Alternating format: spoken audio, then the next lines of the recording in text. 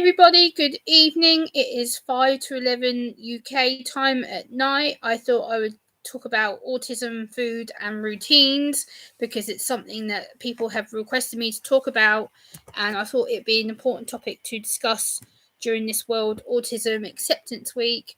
Hey Annie, hey Keaton, how's it going? Let me just put you down here so I can see you. There we go, that's better. I hope everyone is doing well today.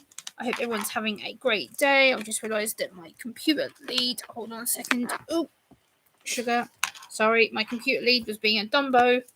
But yeah, I hope everyone is having a great day. And I want to talk about autism and food routines. As an autistic woman, I think this topic is important. Hey, Thompson. Hey, other side. Hey, beautiful Bernice. How are you? Good to see you. Thank you. I've just got my Winnie the Pooh jumper on today. I just thought I'd wear something fairly basic today, and as you guys know, it is World Autism Acceptance Week, so today I'm going to be talking about autism and food reviews. I appreciate the compliments though, Annie. But yeah, as an autistic woman, food can be often unpredictable for people like myself because you have the smells, the taste, the texture, the colour, the lumps, the bumps, you can have quite a lot of things to do with food that can make food really overwhelming for people on the autistic spectrum, especially if you're not used to being able to eat your safe foods. I do have a few examples of food packages next to me, foods I actually eat repeatedly on a daily basis or weekly basis. I have the same chocolate bars. I actually have cans of drink over here as well that I drink, so I can actually show I have repeatedly having to eat the same things. Hey Monique, how you doing? Good to see you. I appreciate you coming in. Hit that like, please, guys. There's 6 of you in here. Hit that like. There's only 1 like right now. Hit that like button if you wouldn't mind, please. But yeah, I want to talk about autism and food, how it can affect autistic people and people like myself who happen to be on the autistic spectrum. Because the first thing I want to talk about was sensory issues. Sensory issues and food in autism is very, very common because again, it can do with taste, touch, and smell. And for a lot of people like me, I am really highly sensitive to smells. So the food that I eat is usually rather bland or has a very, very limited smell because it's usually something that I'm used to eating on a repeatedly basis. It's usually things like pasta that have a limited smell, or pizza, or hamburgers, or French fries, things that are very bland, very tasteless, things that are very bitter to some people. I can't drink artificial sweetness; they tear my stomach up. Oh, okay, Bernice, that's a shame. I'm sorry that you have to go through that. That's sorry. Yes, I'm a Pepsi girl. Heck yeah. So yeah, I do eat the same foods kind of repetitively, and I tend to buy the same foods over and over and over again because I know it's something that is safe for me. I know it's something that isn't going to make me feel panicked or anything or heighten my anxiety, because a lot of the time people on the autistic spectrum do have heightened issues to do with food, and it can cause really, really unpredictable issues like heightened anxiety issues, panic attacks. It can cause meltdowns, it can cause anxiety meltdowns, it can cause physical pain, because if you're in a place where you can't have your safe food or your predictable food or food that you like to keep you safe, then that can cause you to not join in with a social conversation or join in with a group of people if you're having to travel away from home.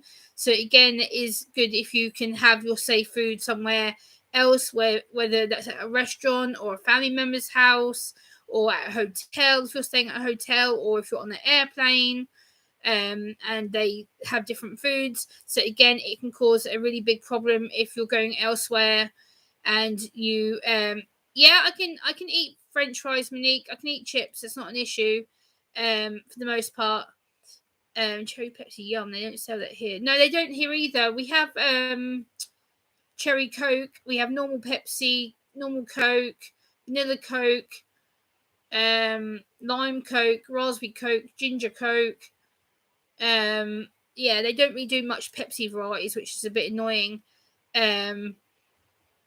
So, it can cause a lot of problems for people on the autistic spectrum about how to eat food, because again, I am very rigid with my food. I like to eat the same meats repeatedly, so I eat a lot of chicken-based food. I eat a lot of beef-based foods or things that are very bland in their taste. So things that I know are easy to swallow. Because with me, I'm very sensitive about swallowing food down my throat. I don't like the feel of the food going down my throat. I want to be able to have foods that go down my throat quite easily. Hey, Albie, good to see you. Hey, Need to Connect, how are you? Much love, good to see you. And for me, when you're on the autistic spectrum, you feel things a lot more heightened.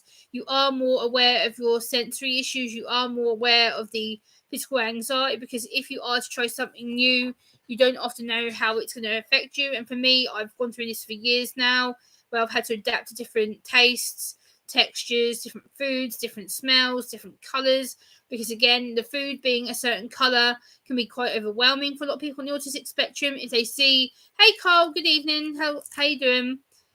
So for a lot of people on the autistic spectrum, if your food is a different colour, or is a bright colour, or is a bright smell, then that may stop them from eating it, because they get overwhelmed with how it's going to feel going down their throat, how it's going to feel being on their plate, and again, some autistic people are very worried about food touching their plates, or touching the side of their plates, or touching the other vegetables, or needing to have their main meal and vegetables put on a separate plate. It can be things like that you may not be aware of either. Hey, Poker Rossi, good evening to you. How are you? Good to see you. Thanks for coming in. So I'm just talking about food and autism and the sensory issues, and also the physical implications of what's like for people on the autistic spectrum to have problems with food. Food is a major issue.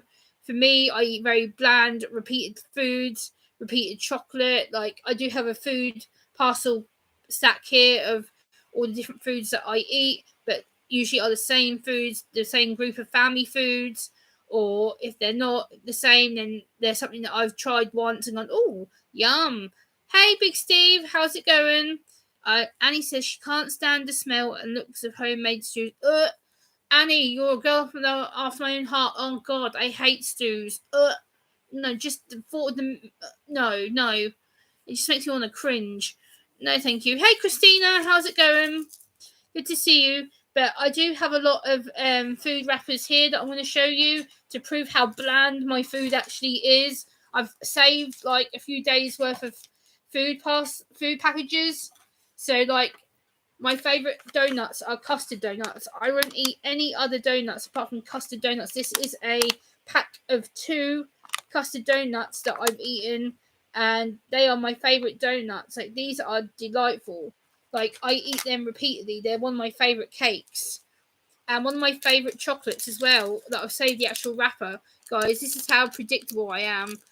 This is one of my favourite chocolates that I have. The Dairy Milk Caramel chocolate. This is one of the repeated chocolates that I have in my fridge. So I literally am showing you things that I'm actually eating on a repeated basis. Spaghetti bolognese, again, one of my favourite. And no, I'm not sponsored by the supermarket. That's written on the packet.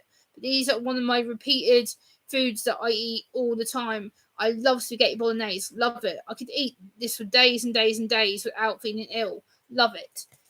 So I eat that. I also eat this, which is scampi nuggets, as you can see on the picture. And no, I'm not sponsored. This is for my dinner earlier. I decided to keep the packet to show you. This is a repeated meal that I eat. I eat this with either peas. Well, I don't eat it with peas, but people eat it with peas as on the picture, or I eat it with spaghetti or with beans. So that's a repeated meal that I eat for me. I also eat lasagna. Again, is another thing that I eat repeatedly. As you can see, I ripped the box again, and this is what the lasagna looks like. This is a meal that I eat repeatedly, again and again and again. I buy boxes of the stuff. I absolutely love lasagna. It's one of my favourites. I can eat this every day and be quite happily content. So that's another thing that I eat. And then another thing that I repeatedly eat as well is this delicious chicken and mushroom risotto. Absolute gorgeous. I absolutely love this food. These are just one of the many meals that I eat. I'm actually going to keep this as a I'm going to add to it next week, so I might do a part 2 food diaries. But these are just some of the repeated foods that I eat in a week. Basically, that's like a week's worth of content there. This is basically a week's worth of me eating food. This is just a prime example of how repeated I am. I eat the same stuff basically over and over again. Why is it doing that now? Hold on. There we go. So yeah, that's basically all the food that I eat. Hey, Amish Pope. Hey, Tim Sweeney YouTube. How you doing? Grown on Vancouver Island says, is eating repeated meals a common trait of autistic individuals? Yes, it is. Grown on Vancouver Island, I eat the same things repeatedly. Like I've just shown you. Like if you've just missed it, like these are the kind of meals that I eat repeatedly. I literally will pick the same things over and over and over again. Hello, Marsha. How are you?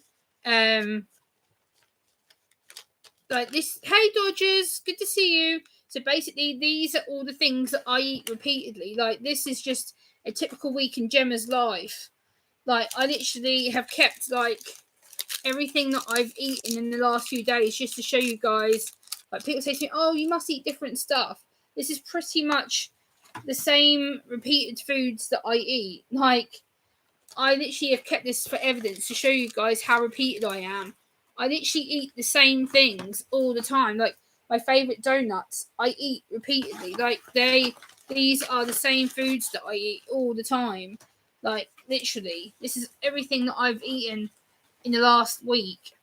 Like that's like a week's worth of food. So yeah, that's what I've been eating, and for me, it's just safe. It's yummy. I know that I like it. It's not lumpy.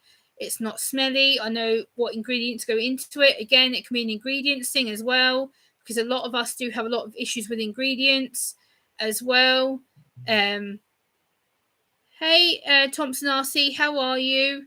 Amish, thank you, Amish Pope, my Winnie the Pooh shirt. Whoop, whoop. But yeah, I want to talk through some issues as well to do with the sensory issues as well. I will eat the same thing for months or years every day, and after a long period of doing it, I actually get sick of it. My favourite food makes me feel sick. It's really weird.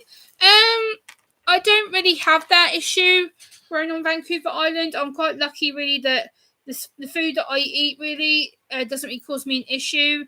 It's usually I've ate the same food for kind of years on and off. I just do it.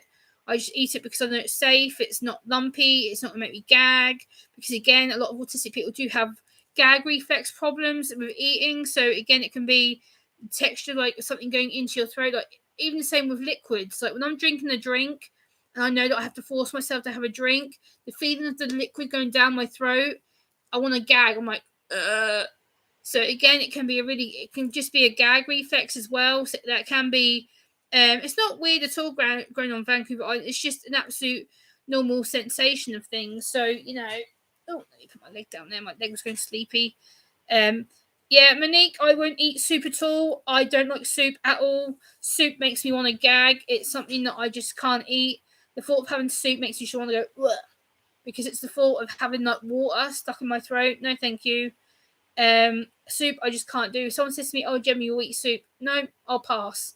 I can't stand soup. The thought of it going down my throat, or even it's just like, it just the thought of it sitting there and no. If I can get past the looks and the smell of food, I'd be 1,000 stone right now. Oh, hey, Audit in London. Good to see you. Big love, Gemma. Just was checking YouTube before going to bed and saw you live. Okay, Audit in London. Take care, my friend. Sleep well, my friend. Thanks a lot for coming in. I know, Christina. Happy birthday. Monique, salad, same thing. Texture, smell, no. No. Just no. But yeah, also talking about distressing foods, it can be things that have a high scented smell or things that have extra spices put in them. So again, things like curries or boiled rice or any kind of spicy meat or anything that has a sharp kick to it. Have a great weekend, Audit in London. Take care, my friend. Anything that has a sharp kick to it, taste wise, can really overwhelm a autistic person. It can be really devastating for them. So it can cause high anxiety, it can cause stress, it can cause meltdowns, it can cause you to just shut down and withdraw from the situation. Amish Pope for me, sadly, no, I don't like pork pies. Again, it's a texture thing. It's the fact that it's lumpy and smells funny, and no, no. So no. Red, hello. Oh my god. Hello, Red. How are you, lovely? Why haven't you got your wrench here? What the hell? I thought I wrenched you ages ago. Let me give you that one. There we go, Red. You've got your wrench back, my friend. I don't know what happened there, but yeah, how are you, Red? It's good to see you. I hope all is well, Red. It's good to see you. I appreciate you coming in my chat. Oh my god, it's been a long time. But yeah, I just want to talk about autism and food and the different sensory issues that it can be. You know, it can be very overwhelming. I'm doing okay, Red. You know, things have been difficult, but you know, I don't really want to discuss it on here. Things have been rather tough family wise, but I'll tell you that in private. But yeah, it's World Autism Awareness Week. Um, you started working, Red. Awesome. Whoop whoop. Hey, Wild Edibles. How you doing, my friend? Oh, there we go. Let me just sit back here and how you doing, Wild? I appreciate you coming in. I also want to talk about routines of eating because again, this is a big thing with autistic people. Eating is a very sensitive thing to do, like routines. If we have a certain routine to the way that we eat, and then if that has to change or get disturbed, it can cause very, very heightened emotions. And if that means that we're due to go out somewhere, we might choose to not go out. We might shut down if we go out. We may withdraw from social conversation. Who asked me a question? Hold on. Thompson says, Gemma, do you look good out to eat? Yes, I do, Thompson. But again, it has to be pre-planned where I'm going, how I'm getting there, how I'm going to get home, and what the menu is. Usually, I will download the menu of the place like the week before, and then I will research it, pick what I want, and then take the menu with me to the place or write my options down on a bit of paper and take it with me so that I know what's on the menu. And yeah. Well, hugs we don't need to talk about, but big hugs, huh? Thanks, Wild. I appreciate you. Big hugs back to you.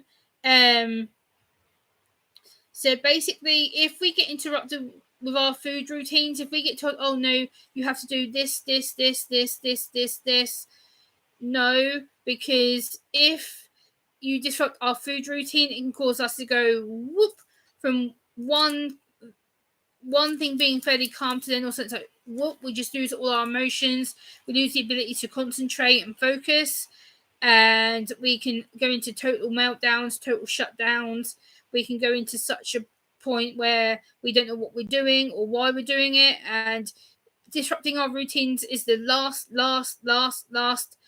thing that you want to be doing, because if you disrupt someone who has a strict routine for food and you know that they like to eat at a certain time, don't take them away from that certain routine unless you really physically have to and there's no other alternative way of doing it, because otherwise you will cause the meltdowns, you will cause the shutdowns, and you know you will cause the autistic person to go to complete overdrive. So you know you have to be very, very, very careful with regards to food. Again, also I want to talk about punishments and food, because again this has come up in the past to me. A lot of people think that it's okay to punish autistic people and take away their favorite foods. No, wrong, wrong. Do not, under any circumstances, take away autistic people from their favourite foods. No, no, no. Do never, ever punish an autistic person because of what they want to eat. If they have safe foods for a reason and they have foods they like that are safe, that smell good, that look good, that aren't going to overwhelm them and shut them down, don't punish them by taking that away, because that safe food is that your way of communicating with them. That safe food is lowering their anxiety, is lowering their sensory issues, is lowering the choices that they have to make with regards to food, because there is such a choice of food out there now for a lot of us in restaurants, in supermarkets, when we go to family members' houses. There's so much food, so much colour, so much smells, so much tastes. It can be really physically and mentally overwhelming, because up here we've got so much going on. Think about all this different food, all the different smells, all the different tastes. that you guys don't realize how stressful that is. It gets so hard to make a choice whether we have this food over here, which is yum yum yum yum yum, or whether we have to have this food over here that's what, because we're told, oh, you have to try this over there. No, if we can have this food over here that's yum yum yum yum yum, then why not let us have the yum yum yum food instead of letting us have the yuck yuck yuck food? Because that's what's safe to us. That is what we like to eat. And by the end of the day, we should be told to have what we like, and we should be told to be safe. And by being safe, having our repeated foods and the foods that we enjoy, and for that reason, we're able to make more of a successful function every day and make more choices because we're able to have our safe foods. So, no, Annie, absolutely not. I never eat stews. No, stews and me just no. The thought of having something lumpy and no. I would never force anyone to have anything like stew and dumplings or anything that I know is lumpy because I don't eat it myself. So how can I sit here and go, you must eat that when I don't do it myself? So, you know, how would you introduce a different food? That's a good question, Red. I guess for me over the years I've had to learn to do it because when I go out for food now, I'm more open to eating stuff than what I used to be. So over the years I've learned myself to try things like Indian, Mexican, anything that has a bit of difference to like Chinese, some more Italian foods. I've learned to open my palate up. Hey UK medic brother, good to see you. Hey I'm fine, good to see you. So I guess, Red, in answer to your question is that for me, I've slowly broken my food down and I've introduced new flavors, new smells. And I guess it's taken me, I could say, probably the last 5-6 years to get there because I've gone, oh, I might not have liked that, but now I've tried it and I like it, so I eat it. But again, it's that jump of going, oh, do I, or do I totally avoid it because of the smell? It could be the lumpiness of it. It could be the appearance of it that can put me off. You know, so I have to be willing to try things. But again, it does get very overwhelming because when you do realise that you've got new foods in front of you and you think, uh-oh, do I really want to have this? No, because I don't know if I'm going to like it. I don't know if I'm going to gag and sick it up. I don't know if I'm going to smell it and gag and go, no, not having it. Or whether I just want to throw it away.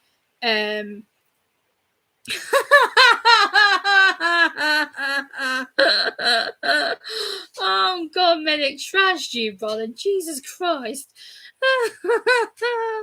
Oh, God, brother, you've gone and thrown me off. But yeah, I'm going to get back on track for a minute. I've got my script here, people, just in case you think I'm waffling. I have actually got my script with my notes here.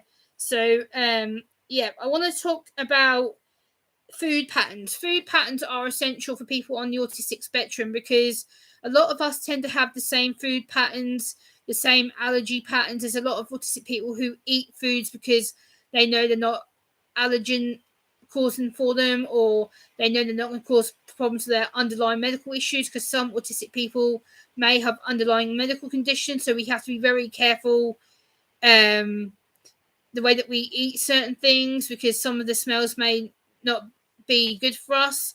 So again, food patterns are very, very good because if we can adjust our food pattern to, say, if we're going to be going out to eat, then we may have to eat later or eat early in the day, or we may have to eat a food that we don't necessarily haven't tried. So again, it's adjusting that food pattern to help us communicate with you guys who are what I call neurotypical or non-disabled. I know that word's horrible, but it is what it is for the medical definition. But I want to talk about this because I thought instead of doing a pre-record, I'll do it live to show you what it's like for me to do a live stream about a topic. So I haven't really talked about autism live for a while, so I thought I'd talk about this as a live topic and put it out there as a content video for you guys to go back and watch.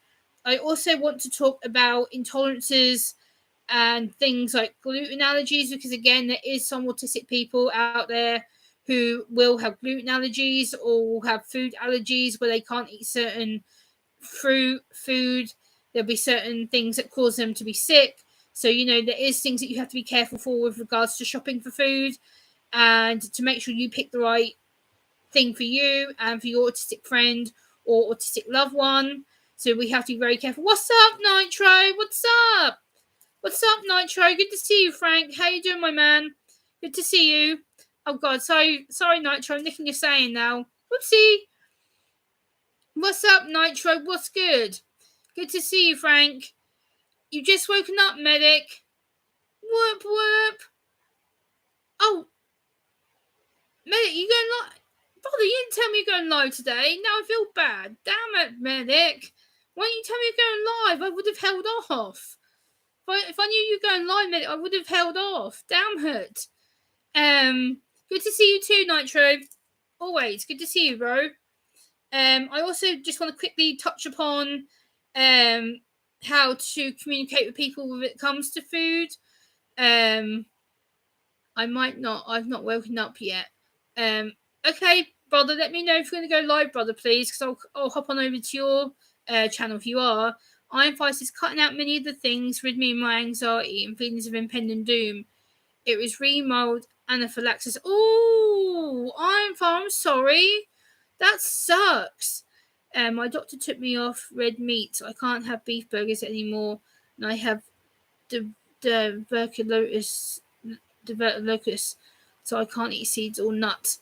Ouch. Yeah, that's sad, Annie. That's sad. Also, I want to just basically talk about from my own perspective. So again, you guys are getting to know more about me and my food tolerances, my lack of, I guess you can say lack of diet, but I eat the bland same foods all the time. I am a big pasta lover. I do eat a lot of fish. I do eat a lot of things that are fairly small and fairly easy to swallow because again, I do have issues with swallowing. I get very panicky about things being stuck in my throat. So again, I do have to force myself to just go, okay, put your head back, Gemma, let it go down, go, and then it just goes down my throat because I do struggle with things going down my throat. I do gag a lot on some things, especially things that may be a bit lumpy or things that I'm not expecting to be put in my throat, and something I'm like, So again, it can be really overwhelming and cause panic attacks and stuff like that. So just be very, very understanding when it comes to people on the autistic spectrum.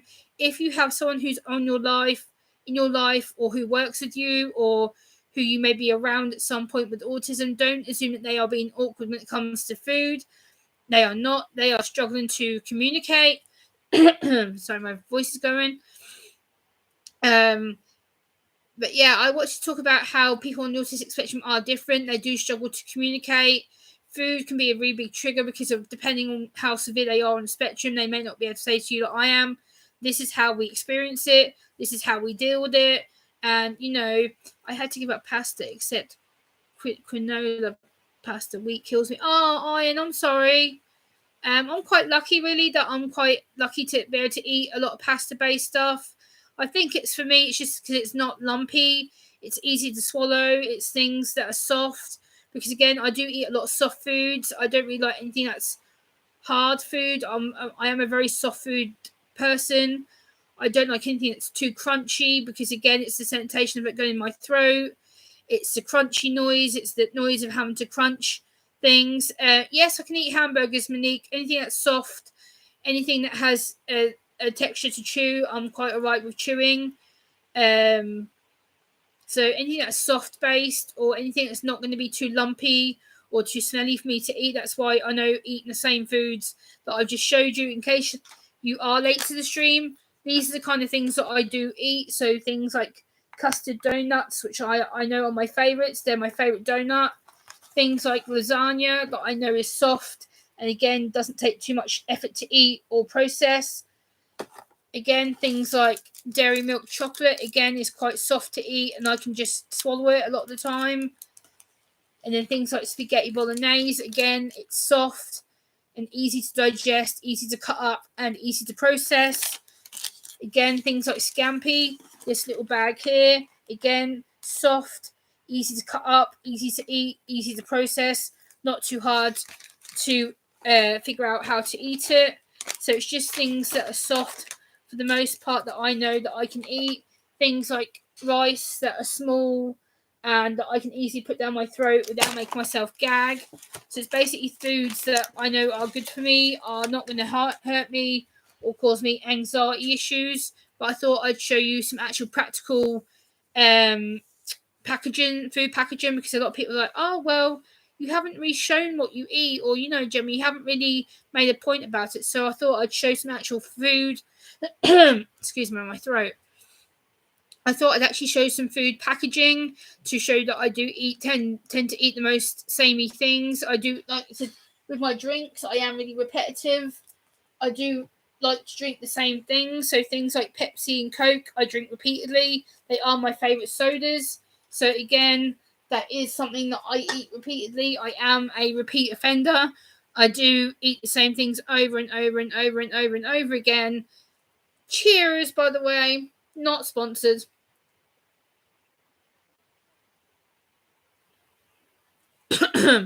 That's better. My throat's feeling a bit better now. Who's funny? I make a pile of dinner food one day and put it in an individual container and eat it from almost every meal until it's gone. Usually lasts me 2 to 3 days. Yeah, I've started doing that more. I am fine. Like I will cook a few dishes and then I will put it into containers, or I'll bulk cook with my dad at his house and I'll bring some back with me, whack it in the freezer. So I've done that in the past few weeks. I've learned to put some containers into the freezer and such. So I've done that in the last few weeks, but I used to just make like one bulk dinner, and usually that would be gone in one evening. I'd either have it for lunch, part one, and then part two I'd have it for dinner. So, I'd do myself a big bulk dinner and then eat it in 2 parts. So, must be my stupid East Coast Canadian humour.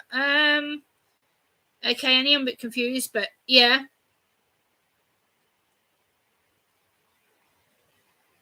I'm sorry, UK Medic, if you're in the house still, because I know you find it difficult people eat and drink on stream, but I need a drink because my throat is gasping. But yeah, I'm trying not to irritate people. But yeah, I thought I'd just come online, guys, and talk about this as a topic. I think it's important to discuss. I think it's something that needed to be talked about. I think it's something that needs to be raised a profile of, because people think that autism food isn't really important, and it is. It's such an essential topic that I could talk about for hours, but I want to give you a brief snapshot of how to communicate with people with regards to food, restrictions, certain food patterns, food timings. I can't stand putting all the effort and making all the mess and cleaning up after each meal.